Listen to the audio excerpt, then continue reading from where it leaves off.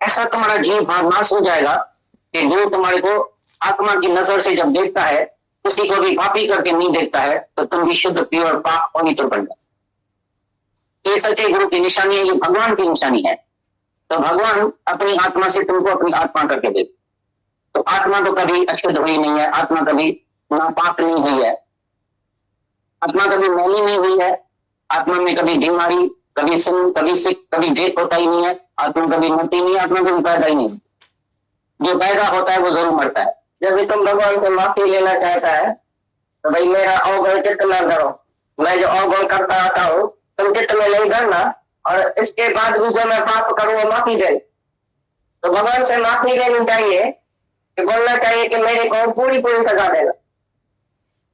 तुम जो सब बच्चे बताओ, आज का जज है, किसी ने किसी का खून किया है, तुम जज को बोलेगा तो माफी देना, भाई इसने मेरे बेटे का खून किया है इसको माफी देना। जो जो जिसका खून करे वो जाके माफी लेंगे तो जज माफी देगा? ऐसा जज तुमको चाहिए दुनिया में? भाई मैं भगवान तुमको इतना 5 रुपया तेरे आने का पत्ता भी चढ़ाती हूँ, मेरे बेटे ने खून किया तो माफी दे। तो तुम भगवान से माफी लेता है कि बोलता है कि पनिशमेंट फॉर एवरी फॉल। क्या बताता है भगवान को, कौन सी प्रार्थना करता है कि मेरे को हर एक कर्म की सजा देना या माफी देना? क्या बोलना चाहिए भगवान को? मैं पाप करता आया हूँ और तुम मेरे को माफी देना। सारी दुनिया माफी लेती है लेकिन ऐसा नहीं बोलती है भगवान तुम पूरा इंसाफ करना। जो जिसने कर्म किया है उसकी सजा पूरी पूरी देना सबको। अगर इस शरीर में भी किया है, चाहे किसके भी शरीर में किया है, पूरी पूरी माफी नहीं देना, पूरी पूरी सजा देना। ऐसा कभी बोला है भगवान को, प्रार्थना किया? लेकिन जो सच्चा भगत है वो ऐसे ही कहता है, forgive me not O lord, punish me for every fall. मेरे को किसी भी पाप को माफ नहीं करना लेकिन पूरी पूरी सजा देना। तुम इंसाफ करना।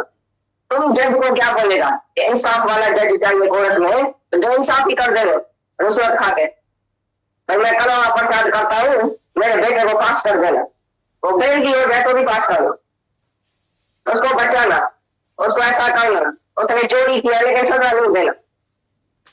तुम लोग सब ऐसे ही बैठे हैं मोह वाले, तुम वैसे ही बोलेंगे। रात को जाके जज के पास फ्रूट का टोकरा लेके जाएंगे, लाख रुपया उसके जेब में डालेंगे, मेरे जज ने खून किया लेकिन माफी दे। सारी जगह ऐसा ही करती है, मैं जो पाप करूं मेरे को माफी मिलनी चाहिए। तो भगवान बोलता है तुमने किसको माफी दी है दुनिया में? तुम्हारा नौकर भूल करता है, वो रोज कप प्लेट तोड़ता है, कभी नमक जाती डालता है, कभी कुछ करता है, कभी कुछ करता है, तुमको सीधा जवाब देता है, तो चोरी करता है, तुम माफी देगा? तुम ऐसे नौकर को माफी देगा जो रोज पाप करे? तो जैसा तुम करेगा वैसा भगवान करेगा। भगवान ने बोला है मैं तुमको तभी माफी दूंगा जब तुम सारी दुनिया को माफी दो, किसी का भी अवगुण नहीं देखो। ये शर्त है बड़ा। तुमने कभी किसी का अवगुण देखा है लाइफ में? सोचा भी है कभी मन में? अगर मन में भी सोचा है, जबान पे भी बोला है, हाथ से भी कोई कर्म किया है, तो तुमको माफी नहीं मिलेगी, तुमको भी सजा मिलेगी। भगवान का ये बड़ा शर्त है। तुमने सारी दुनिया को माफी दिया है अंदर से, किसी ने भी तुमको कैसा भी दुख दिया हो तुम माफ कर सकते हैं उसको? या अंदर इधर दुख होता है, फलाने ने मेरे से ऐसा किया, फलाने ने मेरे को दुख दिया, फलाना मेरा खा गया, फलाना मेरा ऐसा हो गया। रात को सपने में भी आएगा जेंस वाला, नफरत हो जाएगी उनकी। तो तुमने कभी सबको प्यार किया है, सबको माफी किया है? जब तुम सबको माफी देगा तो भगवान तुमको माफी दे। ये बड़ा शर्त है, आज तो समझना कि मन में भी अगर कोई बुरा विचार करता है तो ये बीज तुमको धरती में डालो। जैसा बीज डाला तैसा फल मिले। जैसा तुम्हारा विचार, आज का विचार, आज तुम क्या विचार करता है सारे दिन में? गंदा ख्याल करता है, विकारी ख्याल करता है, विषय विकारी ख्याल करता है, या कौन सा ख्याल करता है? किसी से राग द्वेष का ख्याल करता है, किसको अंदर ही अंदर द्वेष करता है, किसी से नफरत है, किसी से राग है, क्या है? सारे दिन में तुम्हारा विचार क्या चलता है? ये विचार ही है आहार। ये तुम्हारा खाना जो है वो विचार ही है। विचार से ही आदमी जीता है। तुम समझते हम खाना खाते हैं तभी जीता है? नहीं, विचार से जीता है। जैसा विचार वैसी तुम्हारी जीवन। जो विचार खराब करता है वो जैसा मरा पड़ा है आदमी। जो गंदे विचार वाला कानूनी क्रोधी लोभी लोभी अहंकारी आदमी है वो जैसे मरा पड़ा है, वो जिंदा नहीं है। तुम्हें चलता फिरता है लेकिन जिंदा नहीं है। बेकार नहीं मरा पड़ा है, गलती नहीं मरा पड़ा है, चिंता नहीं मरा पड़ा है सारा दिन। उनकी तुम शक्ल ही देखेगा तो जैसे भूत जैसी शक्ल, सारा दिन कभी काम, कभी क्रोध, कभी लोभ, कभी मोह, कभी अहंकार, असद, सार, वेर, खार, जलन, शरण, सारा दिन उसके शक्ल से ही पता चलेगा। जो अंदर होगा वो शक्ल में देखेगा, से कम नजर। तुम्हारा शक्ल जो है वो आंसू है, शक्ल से देखने में आता है तो ये जैसा देवता और ये जैसा दैत्य। एक दैवी संपदा का लक्षण है, एक आसुरी संपदा का लक्षण है। एक देवताओं का लक्षण लेके आता है, दो किस्म का आदमी है। और एक आसुरी मतलब हैवान का लक्षण। हैवान का लक्षण बना शब्द, सार, वेर, खार, राग, द्वेष, चिंता, गलती, अहंकार, मैं हूँ, मैंने ऐसा किया, मैंने कमाया, मैंने खिलाया इसको, मैं क्या नहीं, मैं सबको मदद करता हूँ, मैं सत्कर्म करता हूँ, मैं दान करता हूँ, मैं हूँ और मैं करता हूँ। जो भगवान को बुला के अपनी मैं करता है, अहंकार करता है, वो आसुरी है, मन हैवान। और जो दैवी है, दैवी गुण जो है वो भाई सब कुछ भगवान है, मैं कुछ नहीं, मैंने कुछ भी कभी नहीं किया है, सब परमात्मा की इच्छा से हुआ है, ईश्वर की इच्छा से है।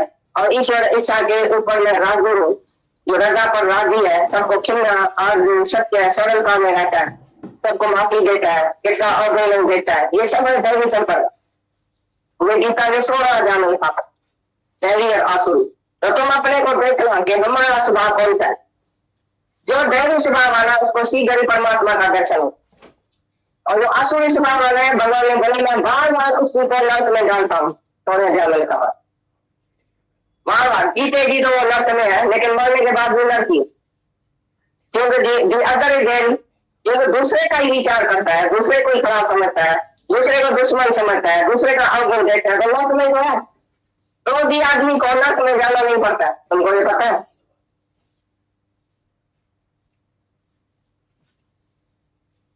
गीता भगवान की सार सुना दो, जब भी सुनो, कहीं पे भी, कभी भी। अभी जो वाणी चली उसको हम लोग एक बार फिर से सुनते, तो भी वाणी चली उसमें सब कुछ बोल दिया उन्होंने। आज का एक कॉमन वचन निकला, दादा ने भी बोला और लेटर पे माता भगवान ने भी बोला।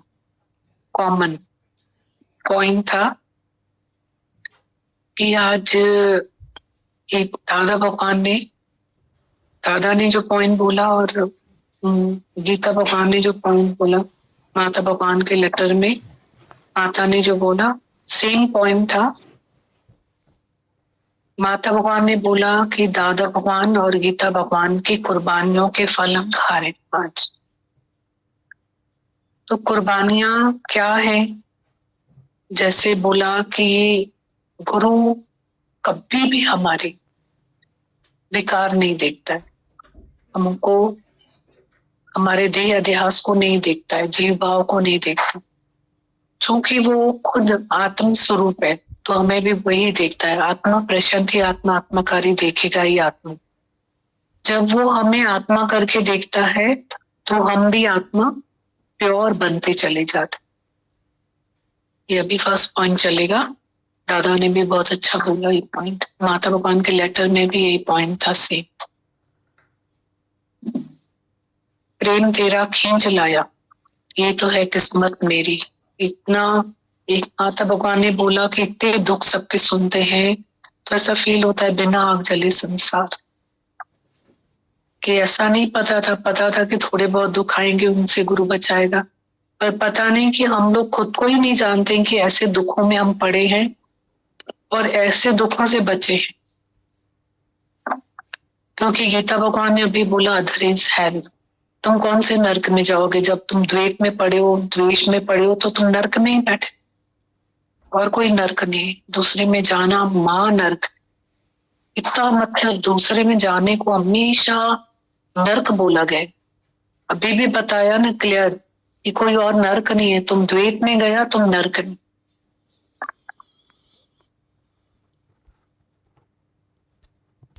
कैसे बताया दादा भगवान की, गीता भगवान की कुर्बानियों के फल हम आज खा रहे हैं। कि ऐसे ऐसे दुख हमारे जीवन में हम ही खुद ही अपने मैप्स बना लेते और उसी में हम ही दुखी होते रहते।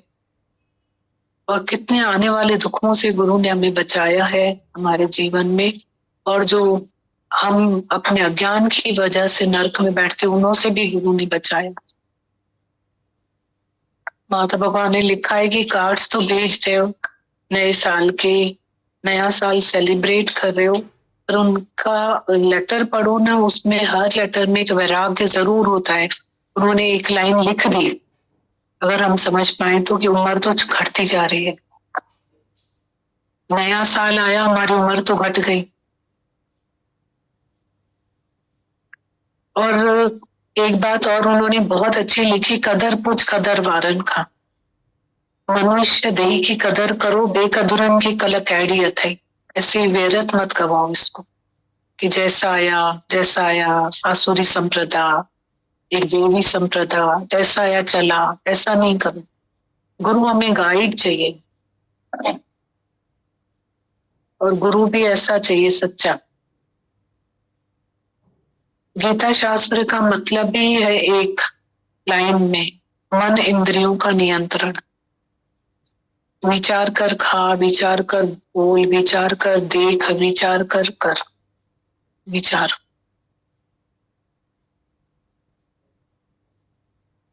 विचार बहुत इंपॉर्टेंट है। मतलब गुरु, विचार मतलब गुरु। गुरु के बगैर विचार नहीं है, और गुरु बिन गत नहीं। गुरु बिन घोर अंधार, गुरु बिन कोई न उतरस पार। गुरु, गुरु ब्रह्मा, गुरु विष्णु, गुरु ही सब कुछ, देवन जो देव गुरु। क्योंकि गुरु ही विवेक है, गुरु विचार है, गुरु वैराग्य है।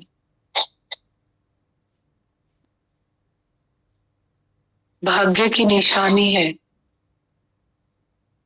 बोलते हैं ना, इसका भाग्य बहुत अच्छा है, इसको सब मिला है। तो अब लगता है कि नहीं, भाग्य की डेफिनेशन बदल चुकी है। अब लगता है भाग्य अच्छा है, गुरु है।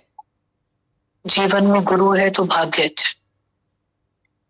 फिर तो वो हमारा भाग्य बना ही देता है, ये लोग परलोक संवार देता है ना गुरु।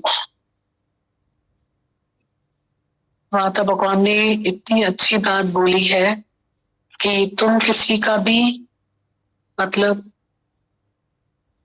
तुम अपना भी पुराना जीवन भुला दो।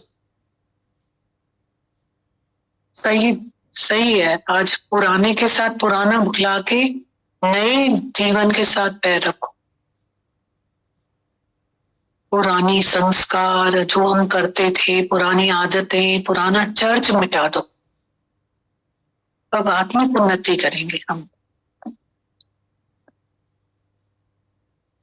जैसे गीता भगवान ने बोला कि तुम, इतने सारे पॉइंट्स चले कि तुम अपने लिए भगवान से माफी नहीं मांगना कि मुझे कर्म की सजा देना। पॉकेट में not O lord but punish me for every fault. Same time पे उन्होंने एक रेमेडी दे दी धीरे से। कितनी देर तक तो उन्होंने यही सत्संग किया कि तुम मत मांगना, पर धीरे से लास्ट में एक रेमेडी दी कि अगर तुम किसी और की भूल को नहीं देखोगे, किसी के कर्म में तुम नहीं जाओगे, तो तुम्हारे भी कर्म भगवान माफ करेगा। तुम दूसरों के कर्म से आंख बंद करो, तुम्हारे कर्म से भी भगवान आंख बंद करे। ये रेमेडी दी उन्होंने। फिर यही बात सिखा रहे थे कि अब sin no more, otherwise sin will multiply. अब तुम दूसरे कर्म मत बनाओ, ये सिखा रहे थे बार। इतना ही सत्संग उन्होंने किया कि अब तुम कर्म मत बनाओ। पहले तो बोल रहे थे कि तुम अपने कर्म की माफी नहीं मांगो, फिर बोला अच्छा ठीक है, तुम दूसरे के कर्म नहीं देखोगे ना, तो तुम्हारे कर्म की भगवान माफी दे देगा। तो तुम दूसरे के कर्म से आंख बंद करो, भगवान तुम्हारे कर्म से आंख बंद। कितना हमें भर भर के गुरु देता है कि कण के मण तो करे, कि मण के कण तो करे। कल भी हम किसी को देख रहे थे, मतलब कोई रेयर कोई आता है ना, रेयर कोई ऐसा गदगद होता है, ऐसा गदगद हो रहा था। अच्छा, मैं उसकी खुशी को देख रही थी, उसकी हंसी को देख रही थी, उसको इतना झूमते हुए देख रही थी। ऐसा फील हो रहा था कि अरे कि कण के मण तो करे, आगे मण के कण तो करे। हमें कितना मिल रहा है रोज, हम आदत ही नहीं बन जाए। ठाठारी बिल्ली वांगुरु ठही न पाऊं, बस कि रोज ये धक धक धक धक आवाज हो रही है। पर हमारा यहाँ बैठना बहुत बड़ा भाग्य है अपने आप में। इससे बड़ा कोई भाग्य नहीं हो सकता हमारा कि हम यहाँ आके बैठ। कोई भाग्य नहीं है, इससे बड़ा भाग्य नहीं है कि हम यहाँ आ रहे हैं। ये सबसे बड़ा भाग्य, इससे बड़ा कोई भाग्य हो ही नहीं सकता है कि कृपा aunty till and. Next morning गई, जब तक सत्संग का नियम था उनका वो आई, मतलब मॉर्निंग में आ नहीं पाती थी, इवनिंग में थर्सडे का सत्संग लास्ट था और संडे तो वो चली गई टिल एंड। और बिल्कुल वहां पे उनको ऑनलाइन यू करके सत्संग उन्होंने लास्ट तक लिया। ये है तोड़ता ही निभाए। उनकी 90 की एज थी, तोड़ता ही निभाए। रखे ना तो सतगुरु असा मन मरण थी न छनी जाए। जे वेंदे दुनिया में ता ऊं पाणी अथई, रहा रब जी जे वठन में ता भी तिरकण ॾाढी अथई। रखे ना तो सतगुरु असा मन मरंदे न छन। अभी भी हमारी किसी से बात हो रही थी, हम उसको कह रहे थे कि धन्य हो तुम, इतने उदार चित्त हो, जो तुम्हारा तन मन धन संगत के लिए तुमको गुरु ने चुना है। अदरवाइज तो हम ऐसे ही दुनिया में से चले जाते। वन्य कायड़ी करनी करे जो दुनिया करे तो कहीं याद मोए पुजाना मुल्क थे तो तुझो नालो रहे शांत और आबाद। ये उदारता, माता भगवान ने बोला धन सबके पास होता है, उदार चित कोई बिरला होता है। ये उनकी पॉइंट है, फेवरेट पॉइंट है उनको। उनको धन हो ना और उदारता नहीं हो, कंजूस हो, उनको पसंद ही नहीं आता था। जब धन हो ना और उसमें अहंकार हो, उनको बिल्कुल पसंद नहीं आता था। मतलब धर्म के अहंकार से तो उनको इतनी वो थी कि तकलीफ थी। तकलीफ गुरु को क्या होता है, तकलीफ होती है कि तुम्हारी तकलीफ मेरी तकलीफ। और उनको क्या, धन के अहंकार को कभी पसंद नहीं करते थे। और वो तो कोई हेलो बोले तो समझ जाते थे एक मिनट। और एक धन और कंजूसी उनको पसंद ही नहीं बिल्कुल भी। और हमने तो उनके जीवन में देखा, राजाओं की तरह रहते थे, शहंशाहों की तरह। आधी पौनी जिंदगी तो गांठ देने में ही चली जाती है धन को, आधी कमाने में चली जाती है, आधी जो बचती है वो गांठ देने में ही चली जाती है। ऐसे ही पूरी जिंदगी खत्म हो जाती।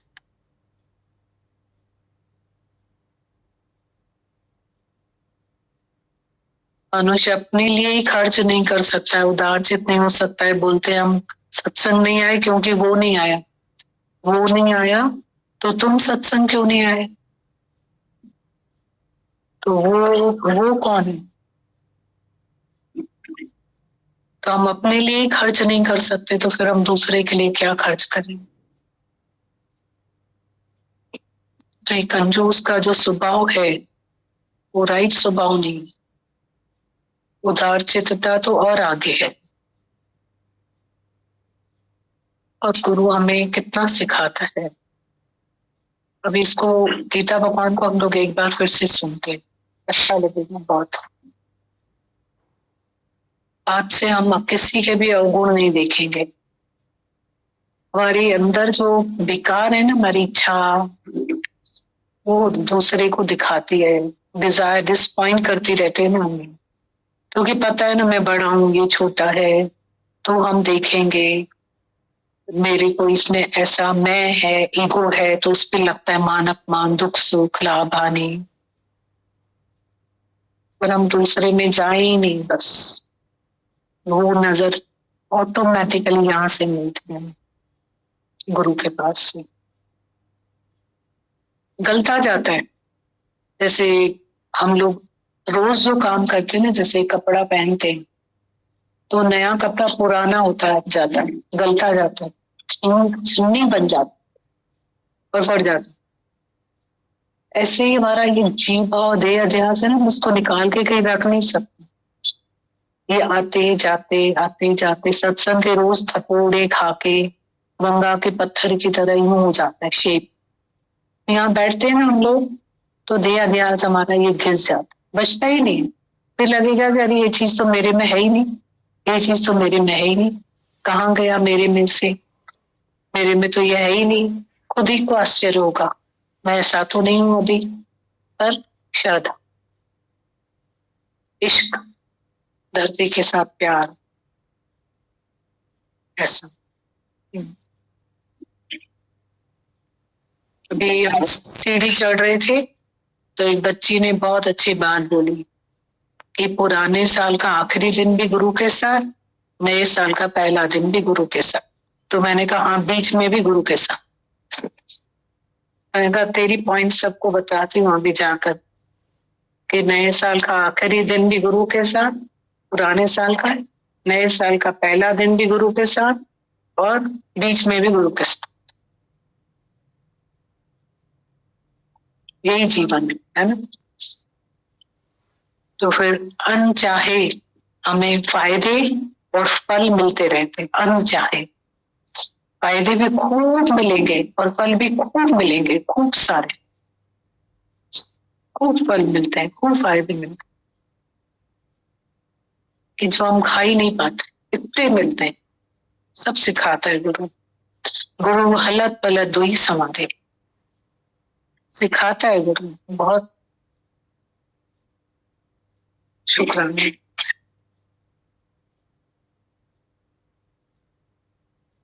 तो पता लग जाता है मेरे ऊपर क्यों कि अभी तुम्हारे अंदर से ऐसे विकार चला जाएगा, ऐसा तुम्हारा जीव नाश हो जाएगा कि जो तुम्हारे को आत्मा की नजर से जब देखता है, किसी को भी पापी करके नहीं देखता है, तो तुम भी शुद्ध प्योर पाप पवित्र बन जाए। ये सच्चे गुरु की निशानी है, ये भगवान की निशानी है। तो भगवान अपनी आत्मा से तुमको अपनी आत्मा करके दे।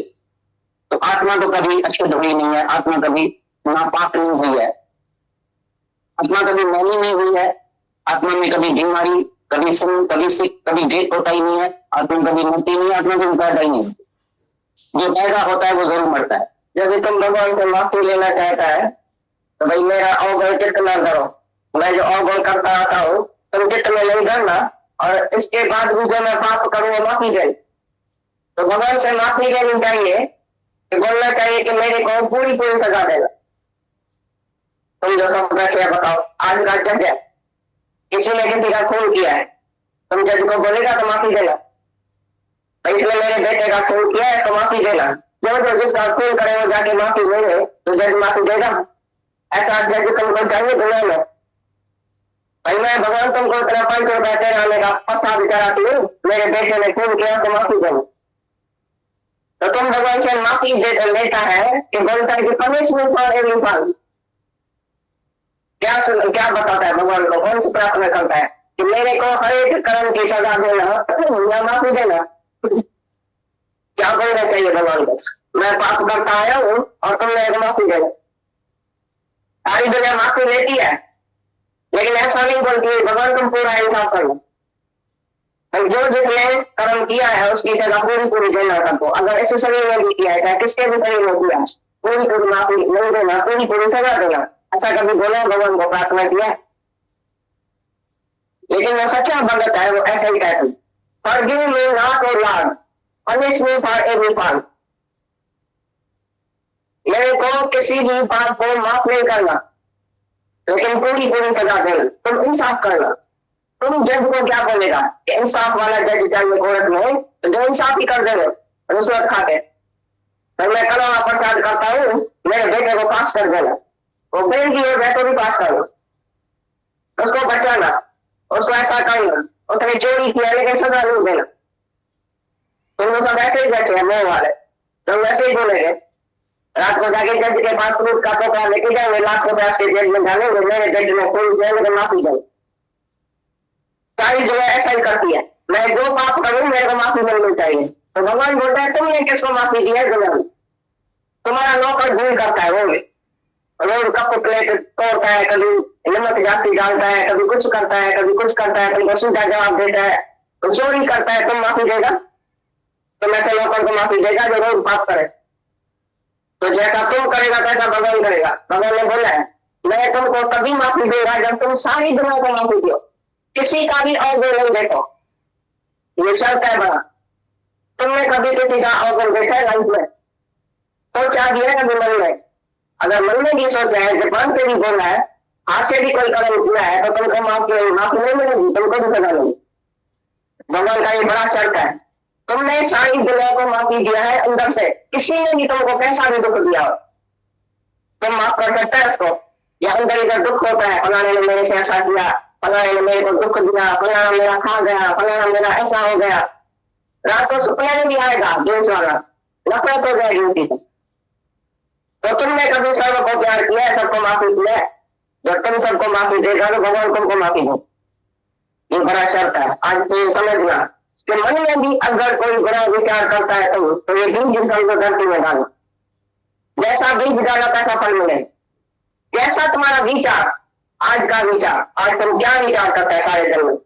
गंदा ख्याल करता है, विकारी ख्याल करता है, विषय का ख्याल करता है, या कौन सा ख्याल करता है? किसी से राग द्वेष का ख्याल करता है, किसको अंदर ही अंदर द्वेष करता है, किसी से नफरत है, किसी से आग्रह क्या है? सारे दिन में तुम्हारा विचार क्या चलता है? ये विचार ही है आहा। ये तुम्हारा खाना जो है वो विचार ही है। विचार से ही आदमी जीता है। तुम समझते हो खाना खाता है तभी जीता है? नहीं, विचार से जीता है। जैसा विचार वैसी तुम्हारी जीवन। जो विचार खराब करता है वो जैसा मरा पड़ा आदमी। जो गंदे विचार वाला, कानून क्रोधी लोभी अहंकारी आदमी है वो जैसे मरा पड़ा, वो जिंदा नहीं है। तो चलता फिरता है लेकिन जिंदा नहीं है। विचार नहीं मरा पड़ा है, गलती नहीं मरा पड़ा है, चिंता नहीं मरा पड़ा है सारा दिन। उनकी तुम शक्ल ही देखेगा तो जैसे भूत जैसी शक्ल, सारा दिन कभी काम, कभी क्रोध, कभी लोभ, कभी मोह, कभी अहंकार, असद शान वेद खान जलन तरन, सारा दिन उससे शक्ल से ही पता चलेगा। जो अंदर गाँव शक्ल में देखने लगे कहीं से कम मिला। तुम्हारा शक्ल जो है वो आंसू है, शक्ल से देखने जाता है। तो ये जैसा देवता और ये जैसा दैत्य, एक दैवी संपदा का लक्षण है, एक आसुरी संपदा का लक्षण है। एक देवताओं का लक्षण लेके आता है, दो किस्म का आदमी है। और एक आसुरी माना हैवान का लक्षण। हैवान का लक्षण माना सद शान वेद खान राग द्वेष चिंता गलती अहंकार, मैं हूँ मैंने ऐसा किया, मैंने कमाया, मैंने खिलाया इसको, मैं क्या नहीं, मैं सबको मदद करता हूँ, मैं सब काम करता हूँ, मैं दान करता हूँ, मैं हूँ और मैं करता हूँ। जो भगवान को बुला के अपनी मैं करता है, अहंकार करता है, वो आसुरी है, माना हैवान। और जो दैवी है, दैवी गुण जो है तो भाई सब कुछ भगवान है, मैं कुछ नहीं, मैंने कुछ भी कभी नहीं किया है, सब परमात्मा की इच्छा से हुआ है, ईश्वर की इच्छा से है। और ईश्वर इच्छा के ऊपर में राजगुरु जो रजा पर राजी है, सबको खिलना आदमी सत्य सरलता में रहता है, सबको माफी देता है, किसका अवगुण नहीं देता है। ये सब है दैवी संपर्क। ये गीता में 16 अध्याय में पापा दैवी और आसुरी।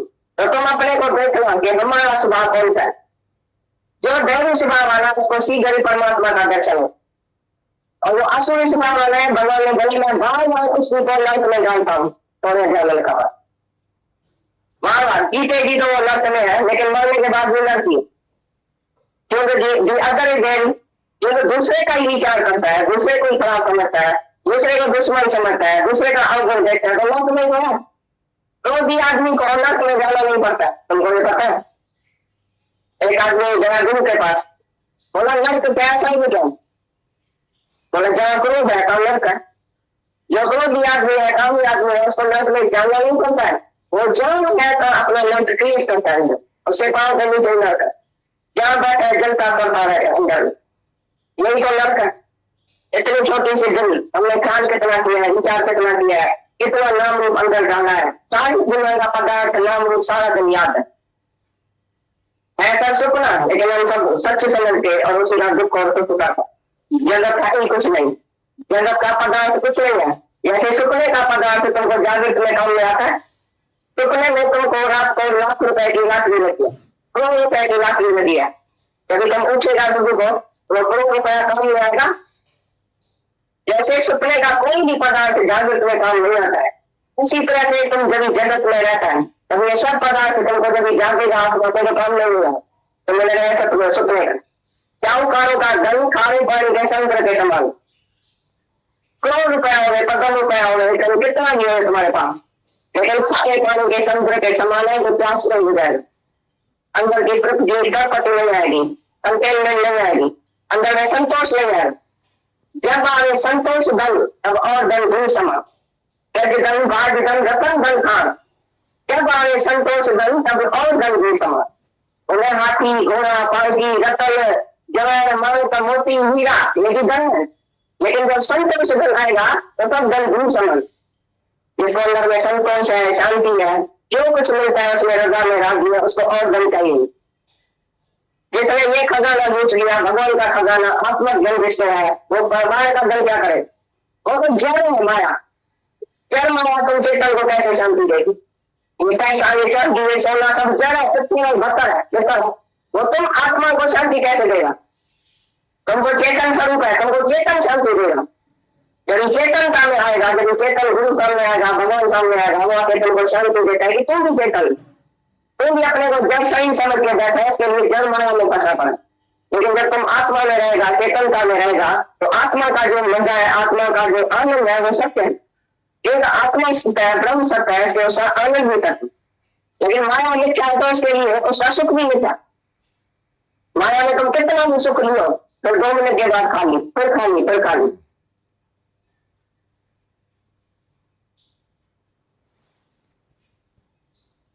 बहुत शुक्राने दीदी आपके, गोविंद भी आपके बहुत शुक्राने हैं।